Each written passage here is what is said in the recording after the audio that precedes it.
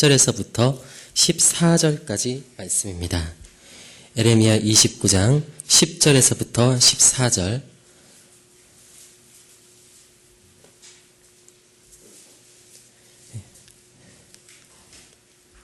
구약성경 1096페이지에 있습니다.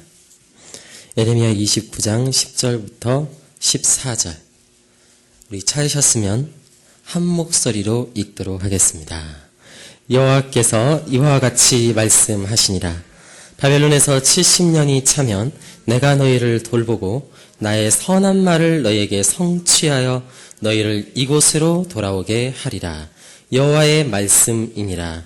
너희를 향한 나의 생각을 내가 아나니 평안이요 재앙이 아니니라.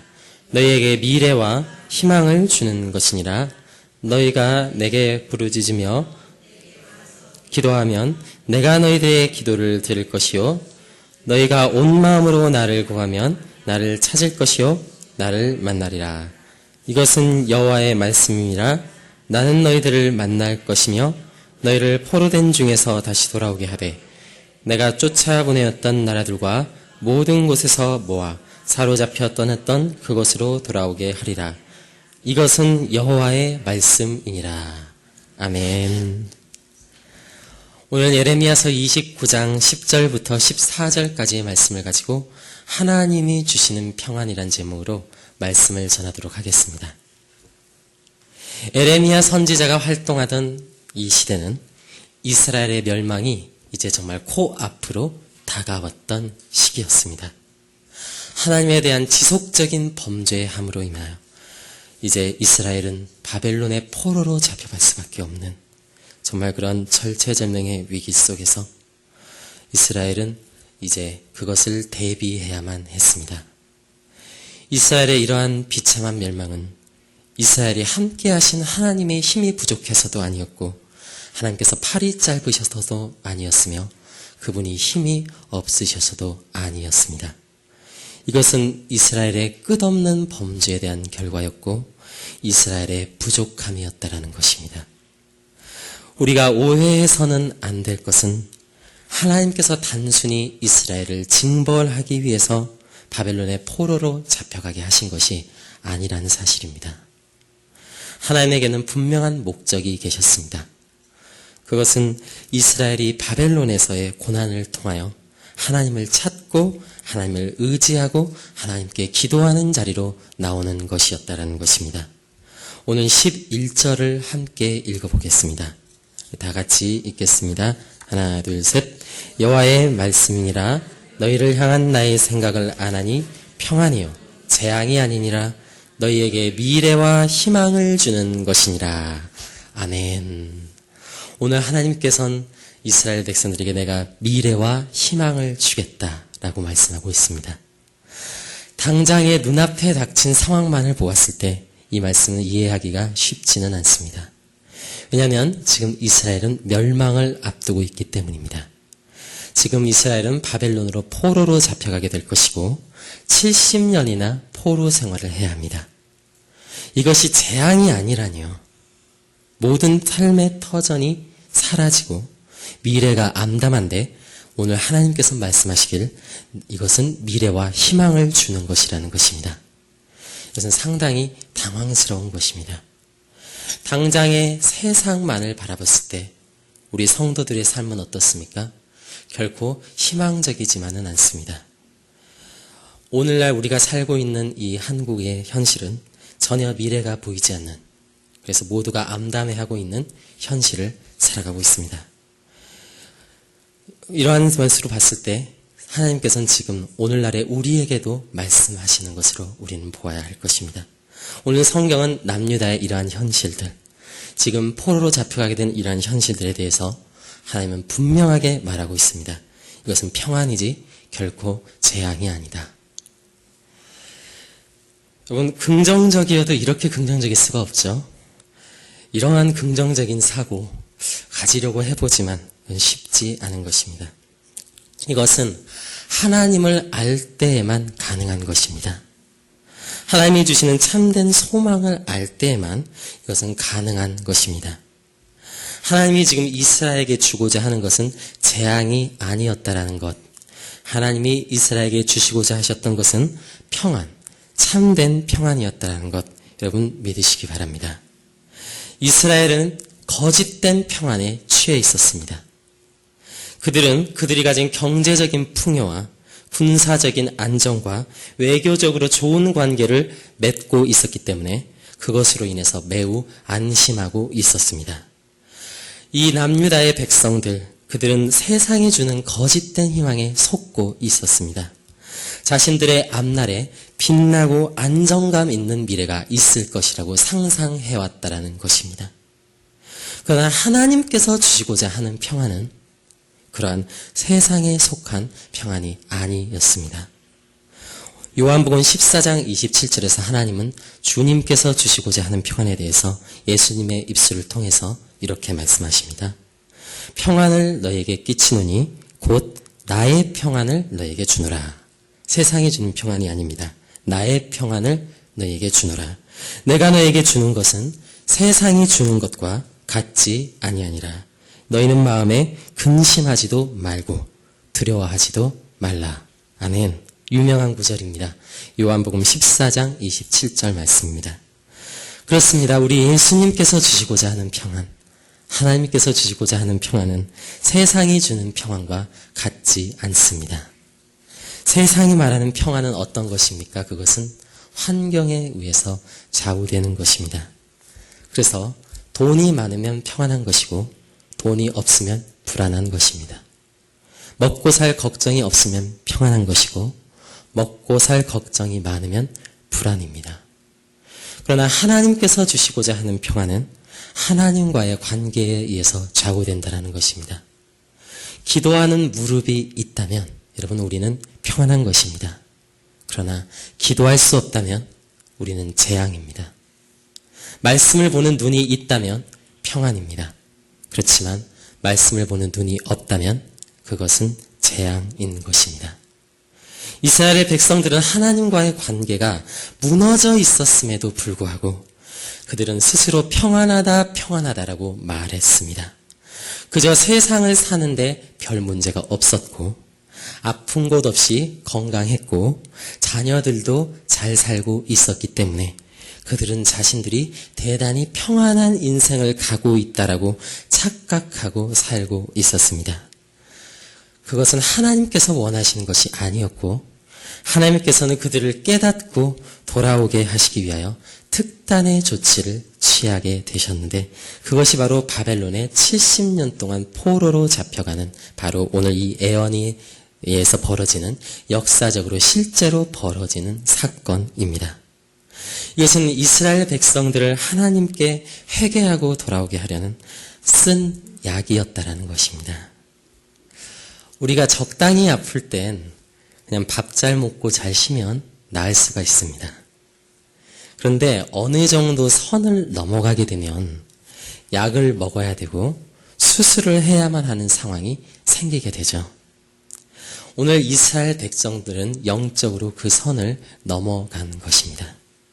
하나님께서 계속해서 선지자들을 보내시고 말씀하셨음에도 불구하고 계속해서 하나님의 살아계신 역사를 그 이스라엘의 역사 가운데 보여주시고 위기의 순간마다 이스라엘을 초자연적인 역사를 통해서 살아계신 하나님을 보여주시며 구원하셨음에도 불구하고 그들의 영적인 상태는 점점 더 메말라갔고 결국엔 영적인 수술을 해야만 하는 그러한 지경에 이르고 말았다는 것입니다. 이것은 사실 오늘날 우리에게도 마찬가지입니다. 이것은 우리 모두에게 필요한 것입니다. 우리 안에 있는 죄악들을 한번 살펴보십시오. 그렇게 쉽게 나를 떠나지를 않습니다.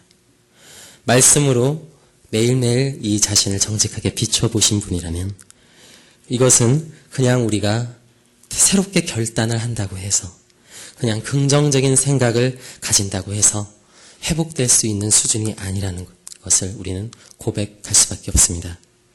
심지어는 우리가 예수님을 믿는다고 하면서도 여전히 세상 가운데 넘어지고 여전히 세상에서 실수하며 죄를 범하는 것이 바로 나의 모습입니다. 그래서 우리는 그런 모습들을 말씀을 통해서 발견할 때마다 우리 안에 의지할 것이 없다는 것을 발견할 수밖에 없고 나를 이끄시고 인도하시는 하나님을 바라볼 수밖에 없다는 것입니다. 그것이 우리가 매일매일마다 싸워야 할 영적 전쟁이며 우리가 매일매일 깨어 있어야 하는 이유라는 것이죠.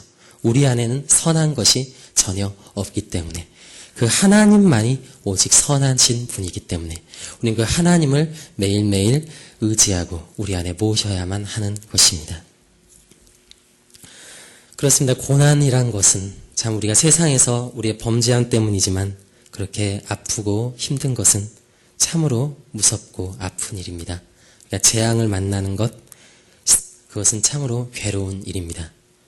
쓴 약을 먹는 것을 즐거워하는 사람은 아무도 없습니다. 병원에 가서 수술을 받는 것을 기뻐하는 사람은 아무도 없죠. 그것은 두려운 일일 것입니다. 그러나 그런 우리에게 하나님은 말씀하는 것입니다. 여기서 필요한 것을 말씀하신데 그것은 바로 하나님을 바라보는 진정한 믿음인 것입니다. 이것은 세상을 바라보는 것과는 다른 것입니다. 하나님께서는 말씀합니다. 내가 너에게 주는 것은 재앙이 아니다. 그것은 평안이고 그것은 미래와 소망을 주는 것이다. 우리가 하나님의 말씀을 바라보는 긍정의 힘이 필요하다는 것입니다. 이것은 세상이 말하는 긍정의 힘과는 많이 다릅니다. 하나님 없이 그냥 나는 잘 될 거야. 다 잘 될 거야. 언젠가는 이때는 지나갈 거야. 이렇게 생각하는 것, 이렇게 말하는 것은 참으로 허망하고 허무한 것입니다. 물론 그것은 세상의 것을 얻어내는 것에 있어서는 약간의 유익이 있을 수가 있습니다. 그렇지만 우리가 세상에 속해 있거나 신자라고 해도 영적으로 깨어있지 못하여 세상에 속고 있는 상태라면 우리는 세상을 얻기 위해 이런 긍정적인 생각을 가지고 나아가곤 합니다. 그러나 하나님께서 말씀하시는 아멘 하는 믿음, 주님의 말씀에 네 하고 대답하고 주님의 말씀이 반드시 이루어질 것이라고 믿고 나아가는 진짜 긍정의 힘은 그런 것이 아닙니다. 하나님이 참으로 원하시는 긍정의 힘은 세상을 얻기 위해서 사용하는 것이 아니라 오직 하나님을 얻기 위해서 하나님의 말씀에 순종하기 위해서 사용하는 것, 그것이 바로 하나님께서 참으로 원하시는 긍정적인 믿음이라는 것입니다. 우리가 예수님을 얻지 못하고 믿는다고 하면서도 여전히 세상에 속한 자처럼 사는 이유는 바로 이 하나님의 말씀에 대해서 우리가 자꾸만 부정적인 생각을 가지고 있기 때문입니다. 세상 사람들은 말합니다. 예수님에 대해서 부정적인 시각을 기본적으로 세상에 사는 사람들은 가지고 있죠. 예수님을 믿게 되면 이 세상의 즐거움들이 감소하는 것은 아닐까. 주일에 놀러도 못 가고 가족끼리 시원하게 한번 외식 한번 하고도 충분히 남는 돈을 11조를 해야 되고 술, 담배도 안 된다고 하고 꼼짝없이 집에서 TV를 보고 편히 쉴 수 있는 시간에 지루한 설교나 듣고 있어야 한다는 것은 그들에게 예수님을 택하는 것, 이 신앙을 택하는 것은 전혀 긍정의 힘을 발휘하는 것이 아니라 그런 부정적인 생각으로 가득 차 있다라는 것입니다. 그러나 하나님은 그런 세상에 속한 자들을 향해 이렇게 말합니다. 너희를 향한 나의 생각을 안 하니 평안이요 재앙이 아니니라. 너희에게 미래와 희망을 주는 것이다. 하나님은 우리에게 미래를 주려고 하십니다. 하나님은 우리에게 재앙이 아니라 희망을 주려고 하십니다. 그렇지만 저도 마찬가지지만 종종 이것을 우리는 잃어버립니다.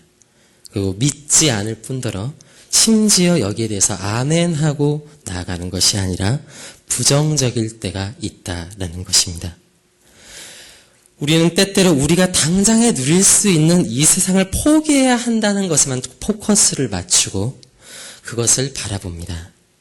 절대로 자신의 왕국이 망하는 것을 원하지 않는다라는 것이죠.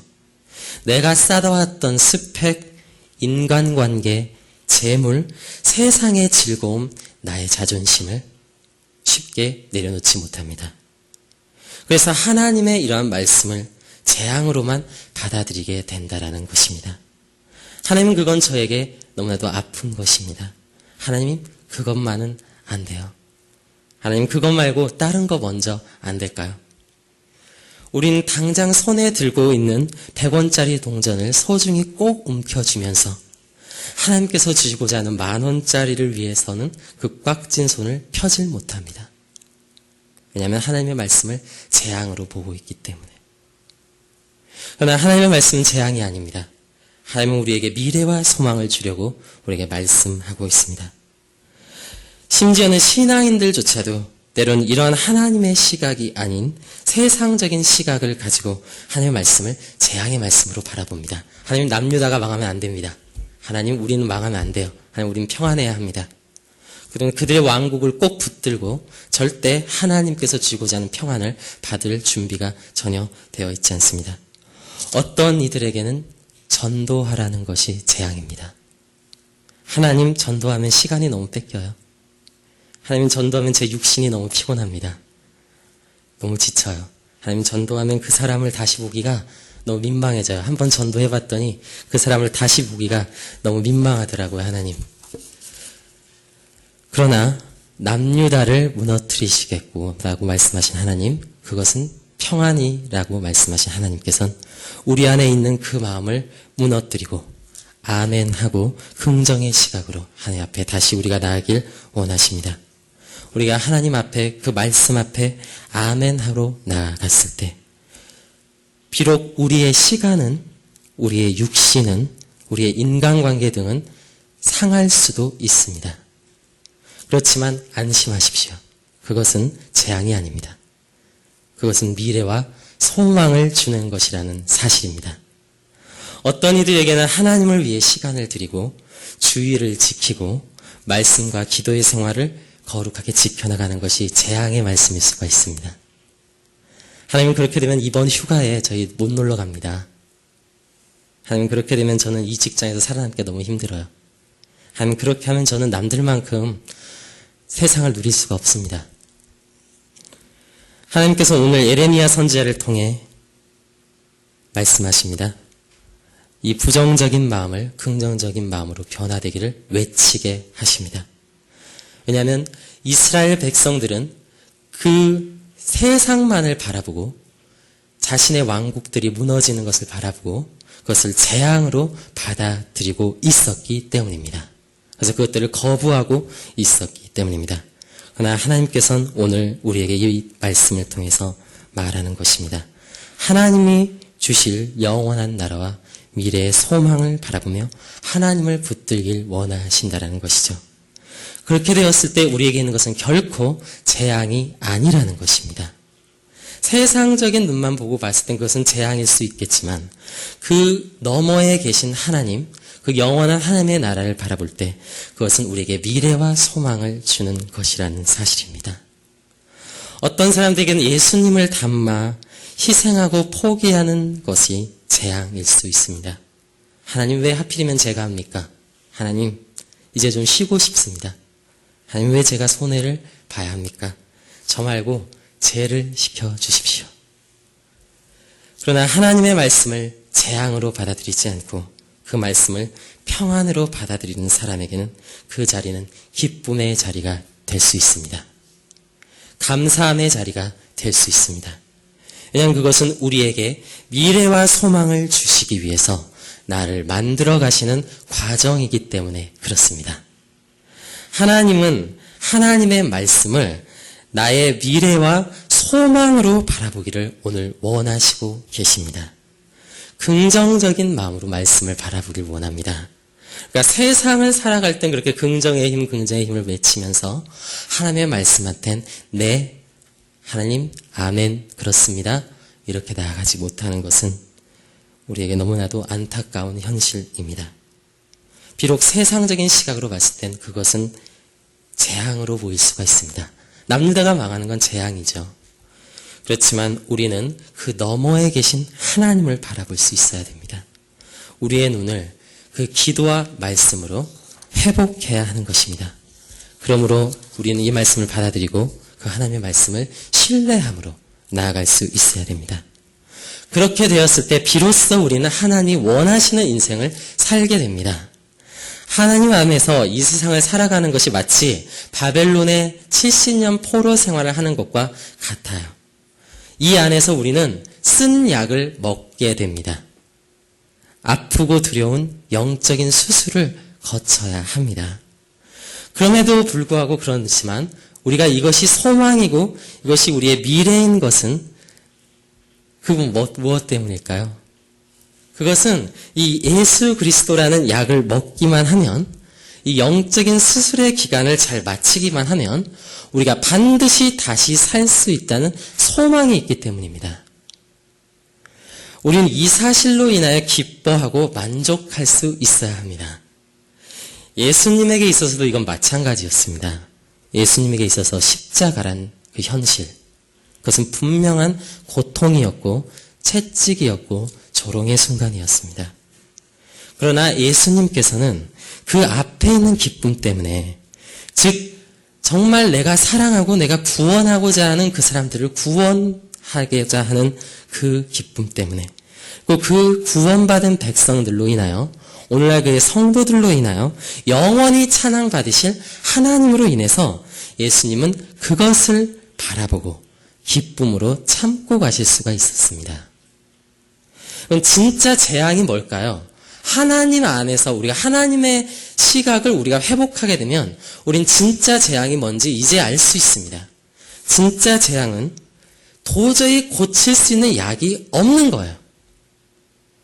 진짜 재앙은 도저히 이것을 고칠 만한 의사도 없고 어떠한 수술로도 나올 수 없는 상황이 진짜 재앙 아닙니까? 그런 인생은 아무런 미래도 없고 아무 소망도 없는 인생입니다. 그러나 우리에게는 예수님으로 말미암아서 미래와 소망이 주어졌습니다. 그것은 예수님의 십자가입니다. 이 십자가를 예수님과 함께 연합하여 지고 가는 것, 여기엔 분명한 두려움이 있어요. 그리고 분명한 고통이 따라올 수 있습니다. 그렇지만 이거는 소망 없는 고통이 아니고요, 한 치 앞도 볼 수 없는 인생의 두려움이 아니라는 것입니다. 예수님께서는 오늘 우리에게 이 예레미야 입술을 통해서 말씀하고 계신 것 같아요. 어린아이들이 병원 가기 되게 무서워하잖아요. 주사 맞기도 되게 무서워하고. 네, 아버지 되신 하나님께서 오늘 우리에게 굉장히, 오늘 이 말씀이 저에게는 부드럽게 느껴졌습니다. 우리를 달래시고 위로하고 계세요. 먼저 그 십자가라는 영적인 수술대를 우리 예수님께서 우리에게 먼저 보여주시고 통과하시고 우리에게 말씀하시고 계신 거예요. 괜찮아. 이 뒤엔 부활이 있어. 괜찮아. 여기엔 소망이 있어. 여기에는 미래가 있단다. 우리에게 친히 예수님께서 지금 말씀하고 계신 것입니다. 우리가 이 예수님의 말씀을 참으로 믿길 원해요. 그렇다면 우리는 정말 소망이 있는 인생입니다. 정말 이 말씀을 준비하면서 저의 부족함을 많이 보았습니다. 말씀 준비하는데 많은 좀 괴로움이 있었어요. 마음에 갈등이 있었습니다. 너나 잘해라. 너나 네가 이런 말할 자격이 있냐. 그러나 순간적으로 두려움이 그렇게 엄습하더라고요. 그러나 오늘 다시금 정말 하나님을 붙들길 원합니다. 저는 부족하고 연약하지만 하나님의 말씀은 살아있고 오늘 역사할 것입니다. 오늘 하나님께서 일하시길 정말 원합니다. 그래서 그 하나님을 붙들고 의지하길 원합니다. 정말 우리가 주님께서 우리의 마음을 움직여주시길 원한다고 기도했으면 좋겠습니다. 하나님께서 우리 마음 가운데 일하여 주시기 원한다고 기도했으면 좋겠습니다. 자, 이 시간 우리가 함께 기도하길 원하는데요. 우리 자신을 위해서, 정말 교회를 위해서, 무엇보다도 우리 정말 하나님의 말씀을 전하는 교역자들을 위해서 기도해 주십시오. 하나님의 말씀을 전하는 것이 매 순간 어려운 도전이라는 것을 지금 느껴집니다. 특별히 내일이 우리 청년부 이제 수련회가 있는데요. 제가 정말 많이 부족합니다. 여러분, 하나님께서 일하시도록 기도해 주시고 좋은 사람들 보내주시고 청년들 가운데 정말 역사해 주시도록 기도해 주십시오. 그리고 하나님의 말씀을 재앙으로 여기는 것이 아니라 정말 자신의 인생에서 유일한 소망으로 여길 수 있도록, 정말 유일한 미래로 여길 수 있도록 정말 함께 우리 기도해 주셨으면 좋겠습니다. 우리 다 같이 교회를 위해서, 우리 자신을 위해서, 서로를 위해서 함께 기도하도록 하겠습니다.